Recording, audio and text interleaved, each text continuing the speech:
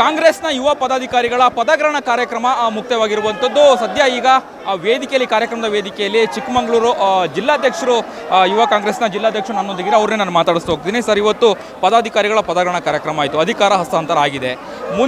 ಮುಂದೆ ಯಾವ ರೀತಿಯಲ್ಲಿ ಪಕ್ಷವನ್ನು ಸಂಘಟನೆ ಮಾಡ್ತೀರಾ? ಸರ್, ಪಕ್ಷ ಸಂಘಟನೆ ಬಗ್ಗೆ ಡಿ ಕೆ ಶಿವಕುಮಾರ್ ಈ ಸಭೆಯಲ್ಲಿ ಮಾಹಿತಿ ಕೊಟ್ಟಿದ್ದಾರೆ. ಅದರಂತೆ ನಾವು ನಡ್ಕೊಬೇಕು. ಅದ್ರ ಜೊತೆಗೆ BJP ಅಂತ ಏನು ಕೋಮುವಾದಿ ಪಕ್ಷ ಇದೆಯೋ ಅವ್ರು ನಡೆದುಕೊಳ್ಳುವಂಥ ರೀತಿ, ಅವರು ಈಗ ನಾವು ಕೇಂದ್ರ ಸರ್ಕಾರ ಅಂತೂ ಸಂಪೂರ್ಣವಾಗಿ ವಿಫಲ ಆಗಿರ್ತಕ್ಕಂಥದ್ದು. ಬರೀ ಸುಳ್ಳಿನ ಮೂಲಕನೇ ಅವ್ರು ಕೇಂದ್ರ ಸರ್ಕಾರಕ್ಕೆ ಏನು ಅಧಿಕಾರಕ್ಕೆ ಬಂದಿದೆ ಆ ಸುಳ್ಳನ್ನು ಜನಕ್ಕೆ ತಿಳಿಸಿ ನಾವು ಮುಂದಿನ ಬಾರಿ ನಾವು ಕಾಂಗ್ರೆಸ್ನ ಅಧಿಕಾರಕ್ಕೆ ತಂದು ರಾಹುಲ್ ಗಾಂಧಿ ಪ್ರಧಾನಿ ಮಾಡೋದೇ ನಮ್ಮ ಯೂತ್ ಕಾಂಗ್ರೆಸ್ನ ಗುರಿ. ಮತ್ತು 2028ಕ್ಕೆ ನಮ್ಮ ರಾಜ್ಯದಲ್ಲೂ ಸಹ ಕಾಂಗ್ರೆಸ್ನ ಅಧಿಕಾರಿಗೆ ತರೋದು ಯೂತ್ ಕಾಂಗ್ರೆಸ್ನವರಿಗೆ ಜವಾಬ್ದಾರಿ ಇದೆ. ಅದರಂತೆ ನಮ್ಮ ಯುವಕರನ್ನು ಸಂಘಟನೆ ಮಾಡಿಕೊಂಡು ಯುವಕರ ಸಮಸ್ಯೆಗಳಿಗೆ ಸ್ಪಂದಿಸಿದ ನಾವು ಸಂಘಟನೆ ಮಾಡ್ತೀವಿ. ಅದೇ ರೀತಿ ಡಿ ಕೆ ಶಿವಕುಮಾರ್ ಅವರು ಸಹ ನಮಗೆ ಸಾಕಷ್ಟು ಮಾಹಿತಿಗಳು ನೀಡಿದ್ದಾರೆ, ಸಲಹೆಗಳನ್ನು ಸಹ ನೀಡಿದ್ದಾರೆ. ಅದರಂತೆ ನಾವು ಕೆಲಸ ಮಾಡ್ತೀವಿ.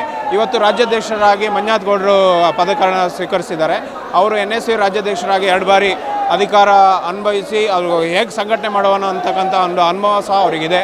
ಹಾಗಂತೆ ಅವ್ರ ಸಲಹೆಯಂತೆ ನಾವೆಲ್ಲ ಕೆಲಸ ಮಾಡ್ಕೊಂಡು ಹೋಗ್ತೀವಿ. ಓಕೆ, ಮಂಜುನಾಥ್ ಅವರು ಅಧ್ಯಕ್ಷರಾಗಿ ಆಯ್ಕೆ ಮಾಡಿದ್ದೀರಾ. ಈಗ ಮುಂದೆ ಬೂತ್ ಮಟ್ಟದಲ್ಲಿ ಯಾವ ರೀತಿಯಲ್ಲಿ ನಿಮ್ಮ ಕಾರ್ಯವೈಖರಿ ಇರುತ್ತೆ ಅನ್ನುವಂಥದ್ದು ಈಗಾಗಲೇ ಏನು ಡಿ ಕೆ ಶಿವಕುಮಾರ್ ಅವರು ಕೂಡ ಹೇಳಿದರು, ತಳಮಟ್ಟದಲ್ಲಿ ಕೆಲಸ ಮಾಡಬೇಕು, ಪ್ರಾಮಾಣಿಕ ಕೆಲಸ ಮಾಡಬೇಕು ಅನ್ನೋದು ಹೇಳಿದರು. ಯಾವ ರೀತಿಯಾಗಿ ಚಿಕ್ಕಮಗಳೂರಿನ ಕ್ಷೇತ್ರದ ಬೂತ್ ಮಟ್ಟದಲ್ಲಿ ಕಾಂಗ್ರೆಸ್ ಪಕ್ಷವನ್ನು ಕಟ್ಟುವಂಥದ್ದು, ಕೆಲಸಗಳನ್ನು ಮಾಡುವಂಥದ್ದು ಮಾಡುತ್ತೆ ಪಕ್ಷ ಅಂತ?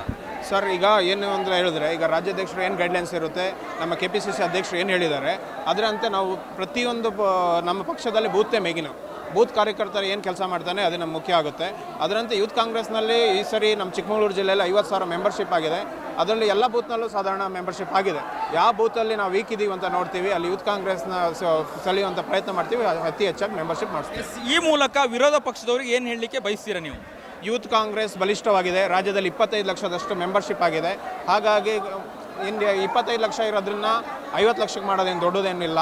ಹಾಗಾಗಿ ಆ ನಿಟ್ಟಿನಲ್ಲಿ ನಾವೆಲ್ಲ ಸಕ್ರಿಯವಾಗಿ ಕೆಲಸ ಮಾಡ್ತೀವಿ. ಇದಿಷ್ಟು ಚಿಕ್ಕಮಗಳೂರು ಜಿಲ್ಲಾಧ್ಯಕ್ಷ ಯೂತ್ ಕಾಂಗ್ರೆಸ್ನ ಜಿಲ್ಲಾಧ್ಯಕ್ಷ ಅವರ ಮಾತಾಗಿದ್ದು. ಕ್ಯಾಮ್ರಾ ಪರ್ಸನ್ ಉಲ್ಲಾಸ್ ಜೊತೆ ಅಭಿಜಿತ್ ಗಣೇಶ್, ಕರ್ನಾಟಕ TV, ಬೆಂಗಳೂರು.